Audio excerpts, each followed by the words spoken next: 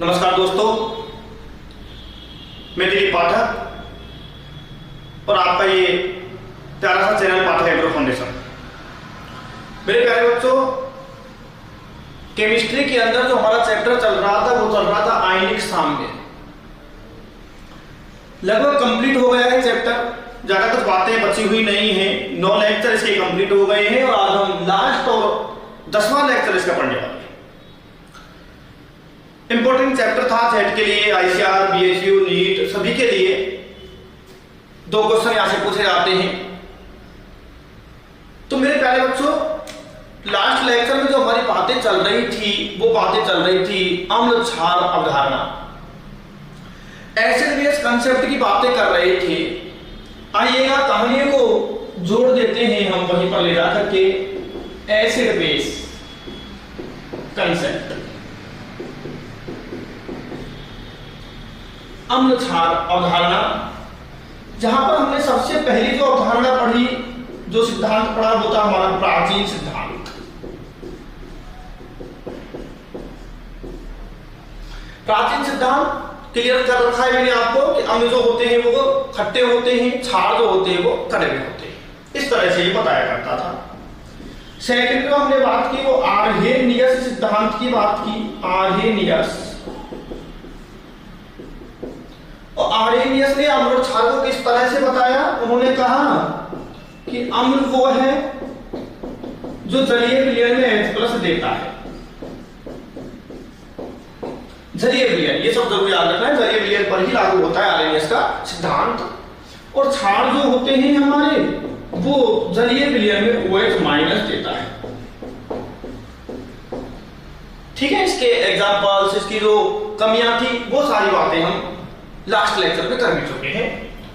Third जो हमारा concept था मेरे बच्चों वो था ब्रोस्टेड लोरी, ब्रोस्टेड लोरी सिद्धांत। ठीक है, तो ब्रोस्टेड लोरी के अनुसार हमने क्या थे, अम्ल जो H+ देता है। ठीक है, आर्हेनियस के अनुसार भी वही थे, ब्रोस्टेड लोरी के अनुसार भी वही थे, लेकिन क्षार वाली बात में इसने परिवर्तन किया और क्षार के लिए बताया कि भाई ये जो है ना, ये H+ लेता है। ठीक है, ये सारी बातें हम कर चुके हैं। आज हम चौथे सिद्धांत की बातें करेंगे। जो अम्ल क्षार अवधारणा के लिए चौथा सिद्धांत दिया गया वो है हमारा लुईस का इलेक्ट्रॉनिक सिद्धांत। आइएगा कहानियों को आपके लिए जोड़ देते हैं।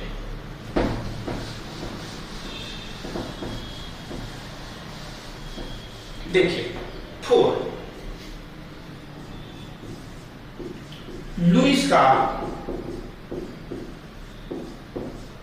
इलेक्ट्रॉनिक सिद्धांत। Electronic concept of Lewis. देखिए, लुईस ने अम्ल और क्षार को बताने के लिए इलेक्ट्रॉन का उपयोग किया। नाम से क्लियर हो रहा है कि इलेक्ट्रॉनों के आधार पर यह बताएगा कि कौन अम्ल है और कौन क्षार है। आइएगा प्यारे बच्चों, अम्ल अम्ल लुईस कहता है कि इलेक्ट्रॉन युग्मग्राही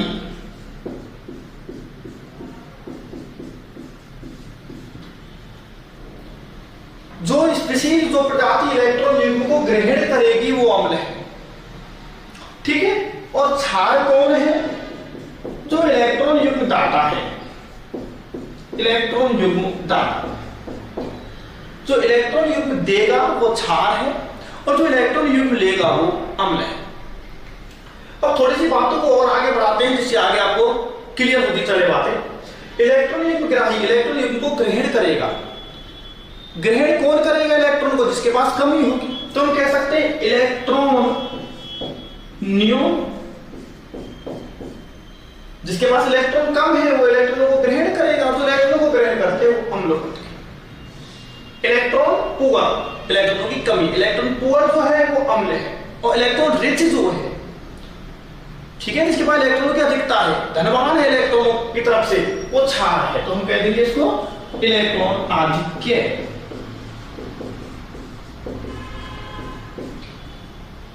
ठीक है, इसके पास इलेक्ट्रॉन आधिक्य का मतलब क्या हो गया, किसके पास इलेक्ट्रॉन युग्म है और वो इलेक्ट्रॉन युग्म को क्या करेगा, दान करेगा। तो इलेक्ट्रॉन युग्म को दान करते हैं क्या है बच्चों, वो हमारे क्षार हुआ करते हैं। ठीक है, अब मैं आपको कैटेगरी बताऊंगा कौन कौन लुईस अम्ल है, लुईस अम्ल होने के लिए क्या शर्तें पूरी होनी चाहिए और लुईस क्षार होने के लिए क्या शर्त पूरी होनी चाहिए। आइएगा,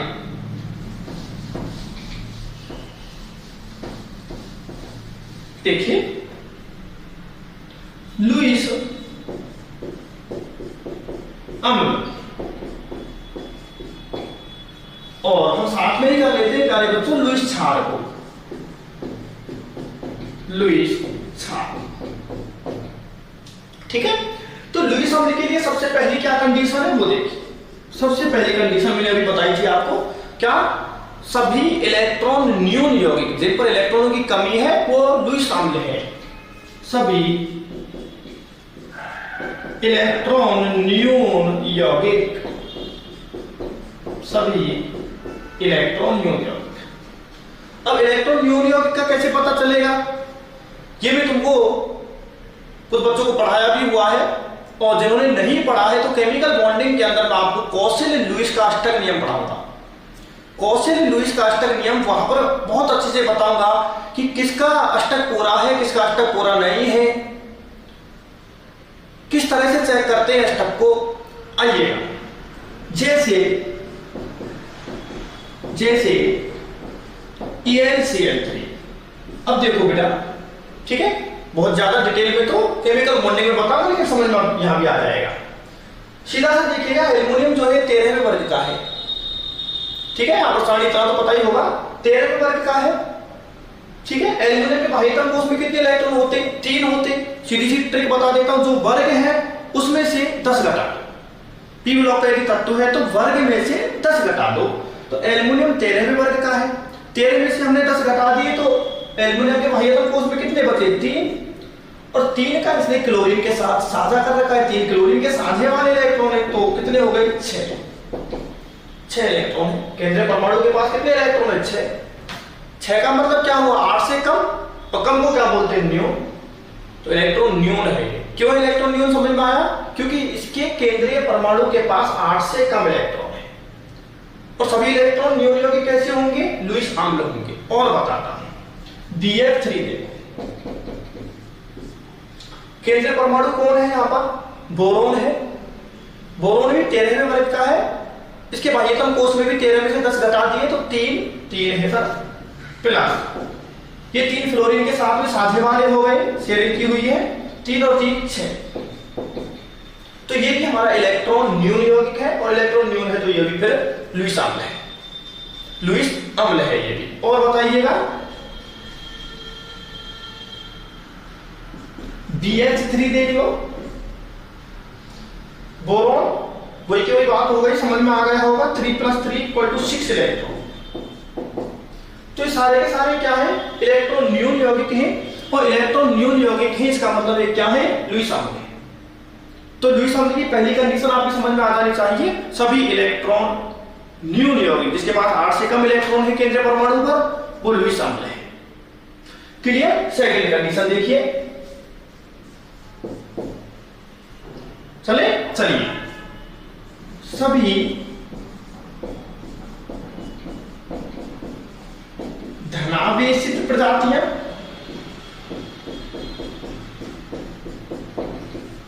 पर जिस पर पॉजिटिव चार्ज है, जो कैटायन है वो क्या होगा, लुईस अम्ल होगा।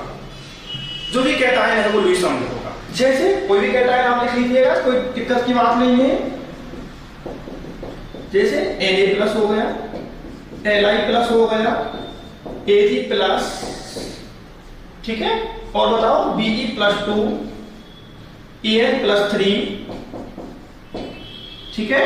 और बताइएगा कोई भी धनायन हो, कोई भी धनायन कैसा हो जाएगा हमारा, Ca+2 लुईस एसिड हो जाएगा। Cl+,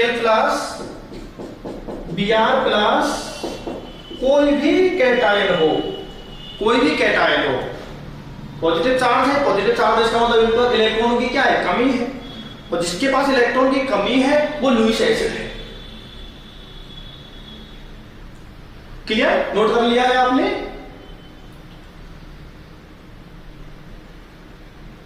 चलिएगा। अब इसकी दो कंडीशन हो गई है, पहले इसकी चार कंडीशन है, चारों कंडीशन को देख लीजिएगा, उसके बाद मैं उधर की कंडीशन बताऊंगा। ठीक है, चलिए अब चलते हैं इसकी थर्ड कंडीशन पर कि लुईस आर्मस्ट्रांग होने की और क्या कंडीशन हो सकती है। सी, यदि सेंट्रल एटम के पास रिक्त डी ऑर्बिटल उपस्थित हों जिनमें इलेक्ट्रॉन युग्म को ग्रहण किया जा सके,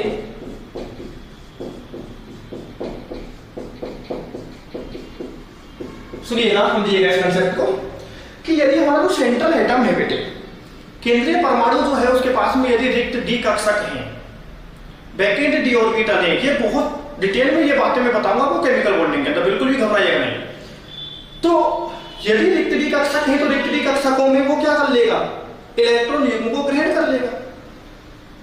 दूसरी जो प्रजाति है वो इलेक्ट्रॉन युग्म दान करेगी और इलेक्ट्रॉन युग्म को रिक्त डी कक्षकों में ग्रहण कर लिया जाएगा। और इलेक्ट्रॉन युग्म को जो ग्रहण करते हैं, देखिए सबसे समझ में आ रहा है, इलेक्ट्रॉन युग्म को क्या करेंगे, ग्रहण। और जो इलेक्ट्रॉन युग्म ग्राही होते हैं वो लुईस अम्ल होते हैं, जो इलेक्ट्रॉन युग्म ग्राही होते हैं वो लुईस अम्ल होते हैं। ठीक है, इसके एग्जांपल देखिएगा, जैसे PCl3 फास्फोरस तीसरे आवर्त का तत्व है, तीसरे आवर्त का तत्व है, रिक्त डी कक्षक होते हैं। रिक्त डी कक्षक होते हैं, कैसे होते हैं, केमिकल बॉन्डिंग बताएंगे। PCl5 फास्फोरस के पास रिक्त डी कक्षक होते हैं। SN4 सल्फर भी तीसरे आवर्त का तत्व है, रिक्त डी कक्षक होते हैं। SF6 सल्फर के पास रिक्त डी कक्षक होते हैं। SnCl2 SnCl4 IH7, ये सारे के सारे जो उदाहरण मैंने आपके सामने लिखे हैं, इनमें जो हमारा केंद्रीय परमाणु है, इन सभी केंद्रीय परमाणु के पास में रिक्त डी कक्षक है, सबके पास में रिक्त डी कक्षक है। फास्फोरस के पास में, सल्फर के पास में, ऐसे मतलब टिन के पास में रिक्त डी कक्षक होते हैं, टिन है ये भी, और ये हमारा आयोडीन है। ठीक है, कोई भी तत्व पहले या दूसरे आवर्त का नहीं लिया गया है क्योंकि उनके पास रिक्त डी कक्षक नहीं होते। कोई भी केंद्रीय परमाणु आप देख लीजिएगा, फास्फोरस है, सल्फर है, टिन है, आयोडीन है, कोई भी पहले या दूसरे आवर्त का नहीं है क्योंकि उनके पास रिक्त डी कक्षक होते नहीं। तो जिसके पास भी रिक्त डी कक्षक उपस्थित होंगे वो लुईस अम्ल होगा। सारे एग्जांपल नोट कर लीजिएगा। ठीक है, और लास्ट कंडीशन इसकी बता दो, चलिए लास्ट कंडीशन वो कुछ ये है, भिन्न विद्युत ऋणी तत्वों के मध्य बहुबंध।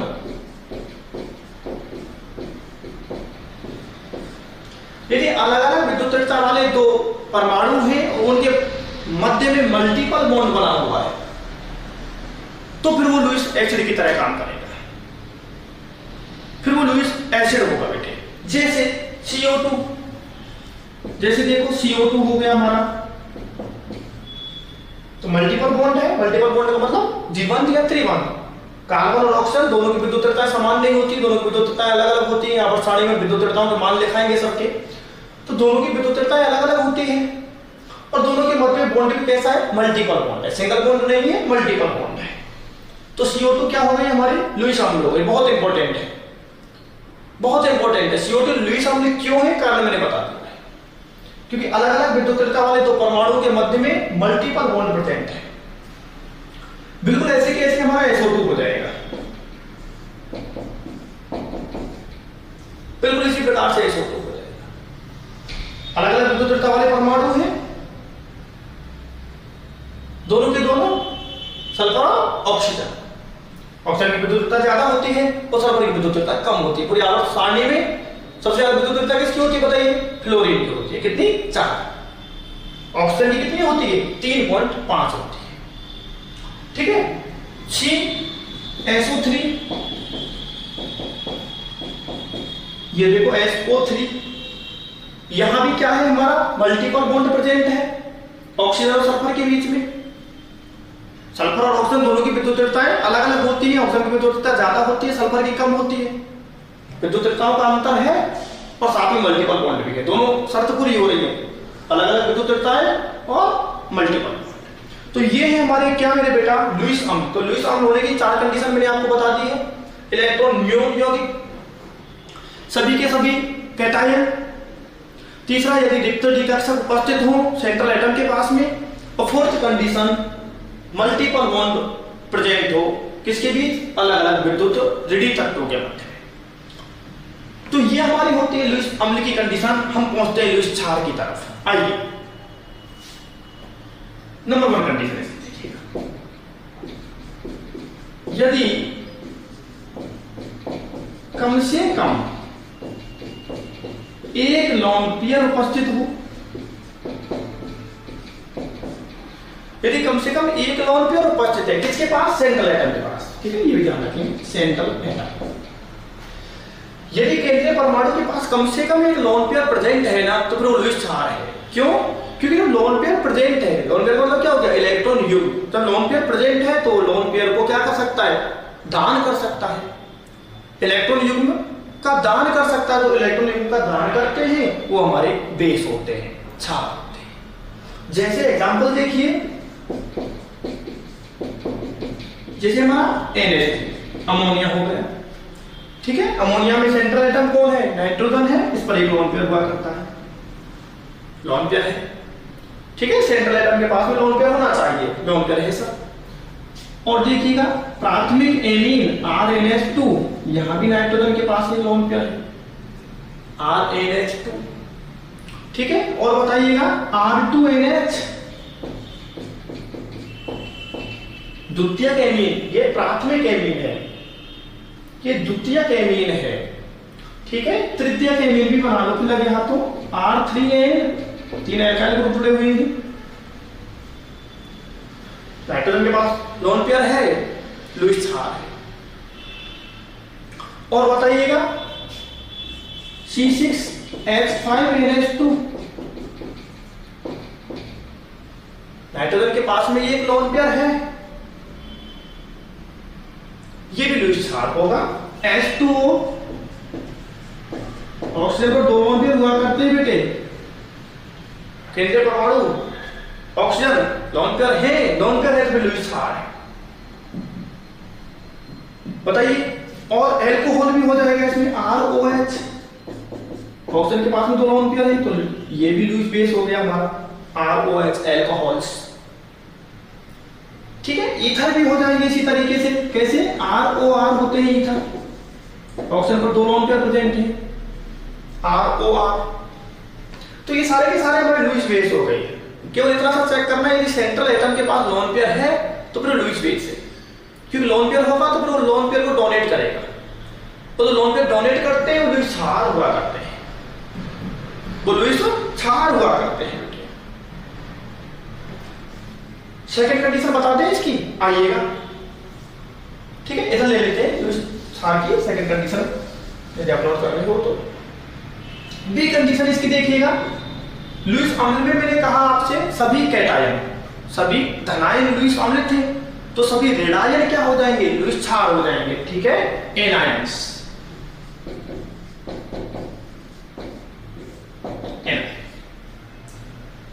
ठीक है, जैसे कोई भी उदाहरण बना सकते हो, बोलो बेटे, F minus, Cl minus, Br minus, I minus, और बोलो CO3 माइनस 2, SO4 माइनस 2।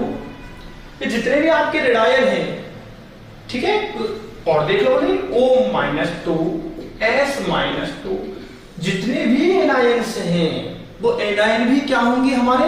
वो लुईस बेस होंगे, क्योंकि इलेक्ट्रॉन रिच है। इलेक्ट्रॉन है ना इनके पास में, minus minus minus minus charge लगा हुआ है, तो इलेक्ट्रॉन रिच है, और जो इलेक्ट्रॉन रिच है वो लुईस बेस है।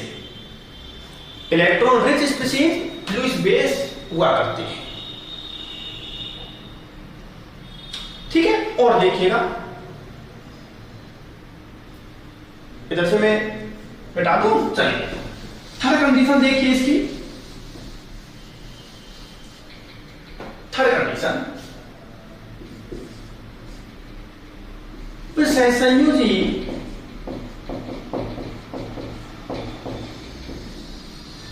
बंध निर्माण के दौरान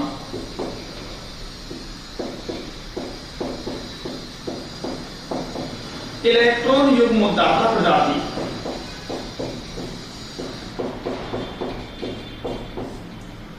अब देखिए सहसंयोजी बंध को कुछ बच्चे जानते भी होंगे, कुछ नहीं भी जानते होंगे।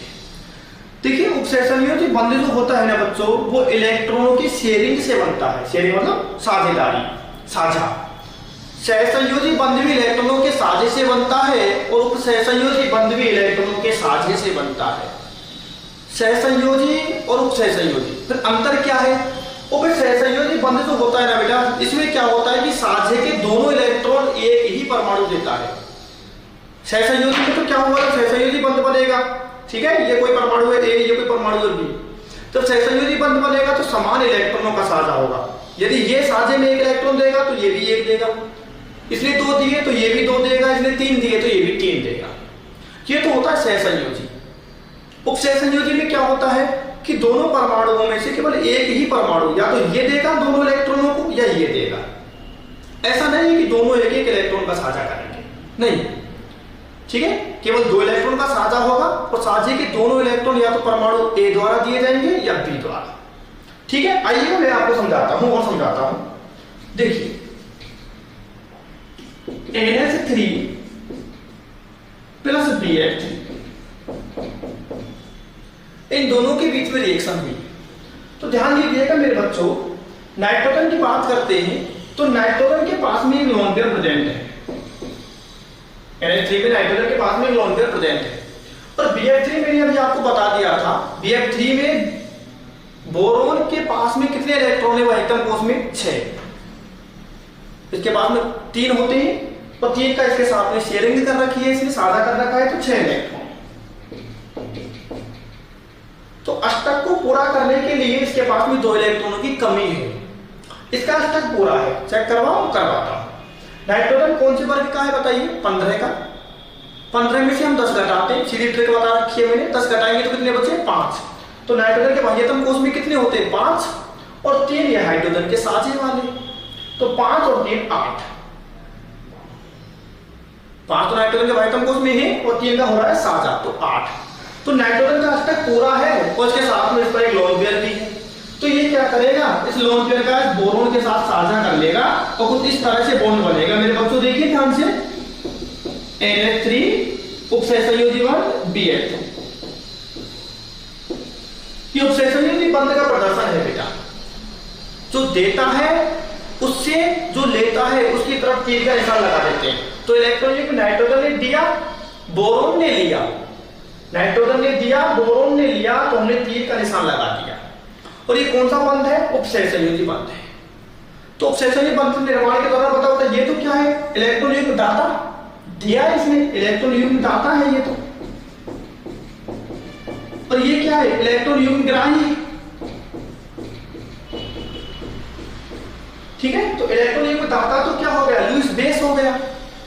ठीक है, तो ये तो लुईस बेस की तरह काम करेगा यहाँ पर ये लुईस एसिड। जो इलेक्ट्रॉन युग्म दान कर रहा है वो लुईस बेस है और जो इलेक्ट्रॉन युग्म को ग्रहण कर रहा है वो लुईस एसिड है। बोलो कोई समस्या है? आपने समझ में आ गया है आप लोगों के? ठीक है, तो मेरे बच्चों ये बात जो हमने की है ना, ये बातें की है लुईस का इलेक्ट्रॉनिक कंसेप्ट। चैप्टर भी आपका कंप्लीट होता है। अब जो महत्वपूर्ण बात है वो सुनिएगा बेटा, चैप्टर हमारा कंप्लीट हो गया। यदि किसी भी तरह की आपको प्रॉब्लम आ रही है आप कमेंट बॉक्स में आकर के पूछिएगा, आप व्हाट्सएप पर पूछिएगा, आप कॉल करके पूछिएगा, लेकिन समस्या को समस्या ना रहने दें।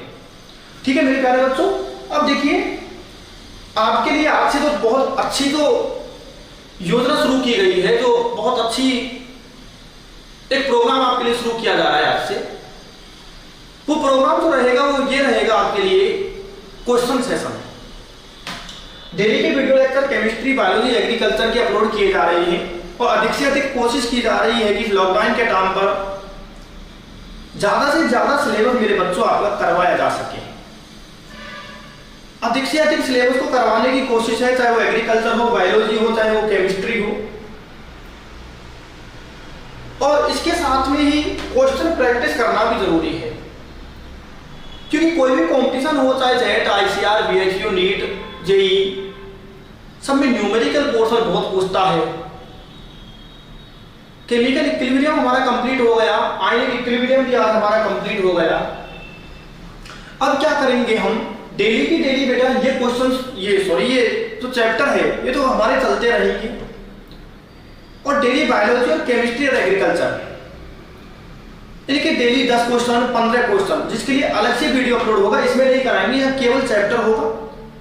इसके अलावा दूसरा वीडियो अपलोड किया जाएगा केमिस्ट्री का, बायोलॉजी का, एग्रीकल्चर का, जहां पर केवल क्वेश्चन सेशन की बात होगी।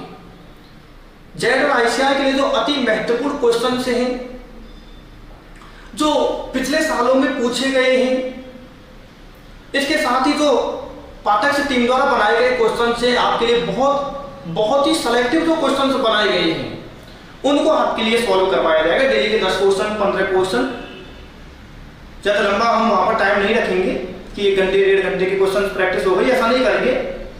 20 मिनट 25 मिनट मैक्सिमम आधा घंटा, जिससे डेली की डेली आपकी जो क्वेश्चन प्रैक्टिस है वो भी होती रहेगी, चैप्टर का रिवीजन आपका होता रहेगा। क्लियर है? वीडियो का बहुत अच्छे से देखा करिए।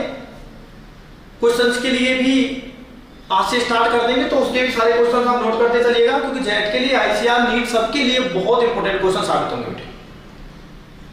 ठीक है? तो हमारा ये थ्योरी वाला चैप्टर जो काम है, प्रोग्राम है, थ्योरी प्रोग्राम तो चल ही रहा है, क्वेश्चन सेशन प्रोग्राम भी आज से स्टार्ट हो जाएगा। ठीक, बाकी चर्चा नेक्स्ट मीटिंग में करेंगे। Thank you very much.